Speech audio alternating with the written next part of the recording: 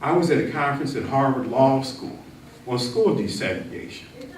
And what I did was to present the Indianapolis school desegregation experience. So part of what I do is I go back and I show that changing demographics, race and ethnicity of the students in Indianapolis public schools. So in 1970, there were 108,000 kids in Indianapolis public schools. 108,000. Today there are 33,000. They go from 108 to 33. In 1987, when I'm talking about the numbers, there are no reported Hispanics in Indianapolis public schools. 20 years ago. Did you hear what I'm saying? Zero. Like, you look at it, there was 2% Asian. By this time, blacks were about 48% and whites were 50%. Now, the whites pretty much fled.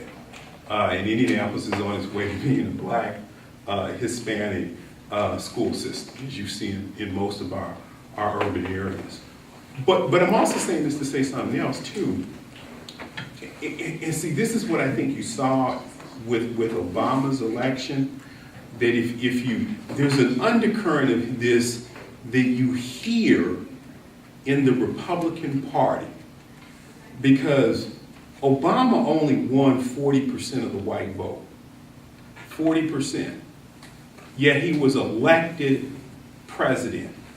Now that means he probably could have been elected president with about 38% of the white vote, because Obama got 95% of the black vote, he got 62% of the Asian vote, and he got 67% of the Hispanic vote.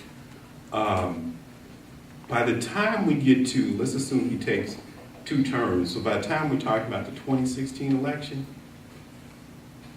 you might have somebody who get elected with less than 35% of the white vote. Now, I'll give you an example. Jimmy Carter, in 1980, was trounced by Ronald Reagan. He was trounced. Jimmy Carter, I think, won 1 state, and that was Massachusetts. A sitting president, and he was trounced. But Jimmy Carter got over 90% of the black vote. What happened was he only got 33% of the white vote.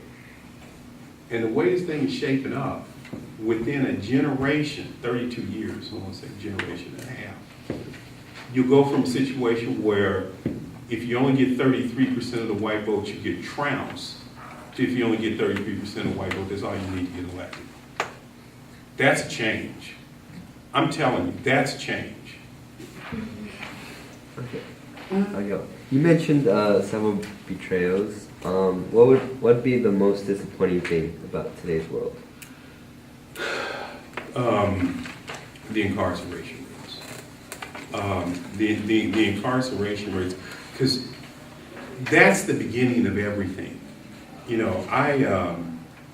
Well, yeah, sure. I'm 52 years old.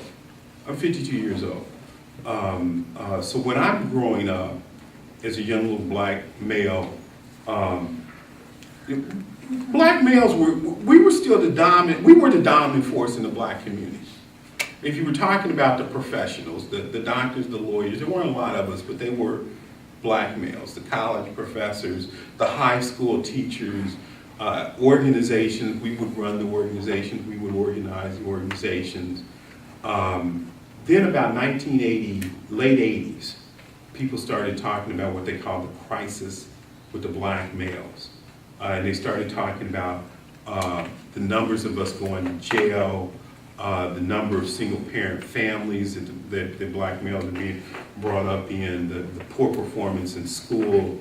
All of that is tied to going to jail, because that creates the domino effect that affects everything. Here's one thing that still just blows my mind. In the black community, 67% of the college degrees go to women. See, 2/3 go to women. So here's what we see. Right? If you're a black woman, you have a college degree, or Lord help you if you're a law professor, because they just don't get married.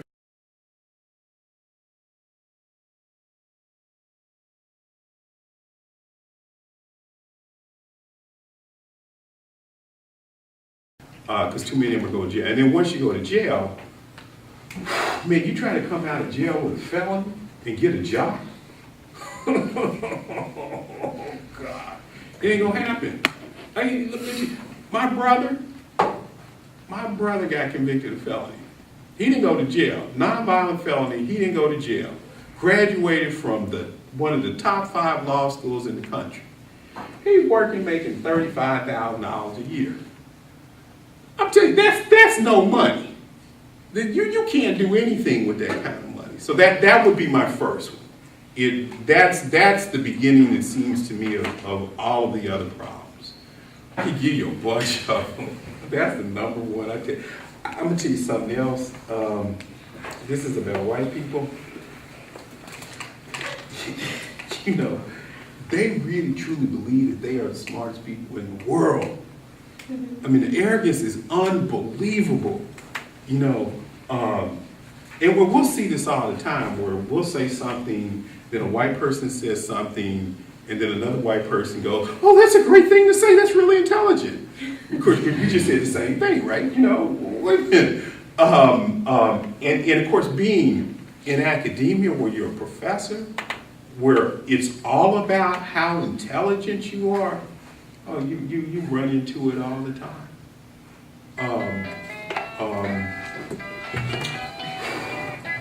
I don't,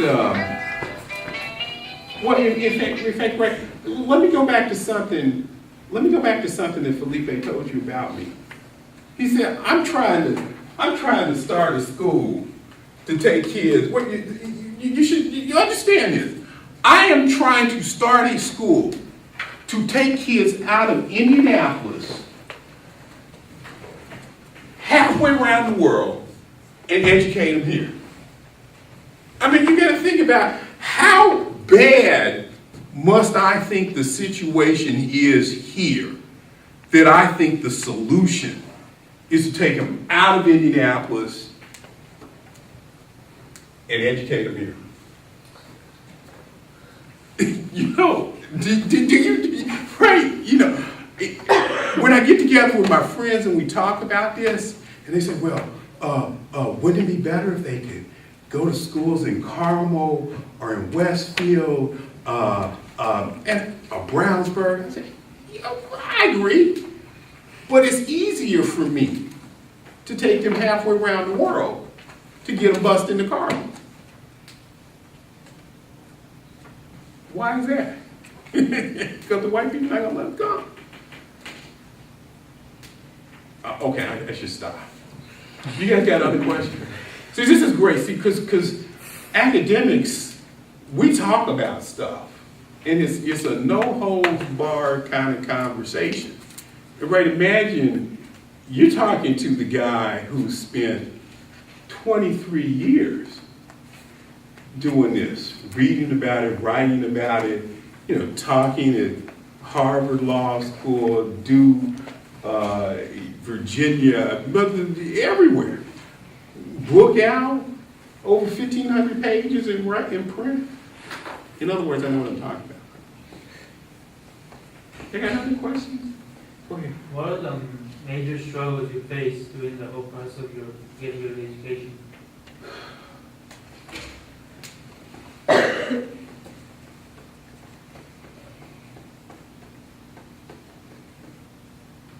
White teachers.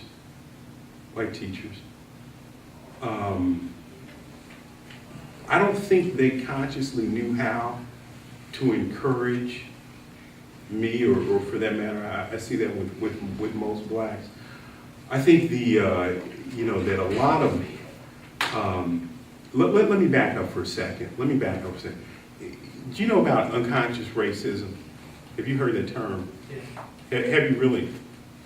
And white privilege, have you heard that term? Yeah. Okay. You do, okay, see, I was part of the group that created those kind of terms. I mean, those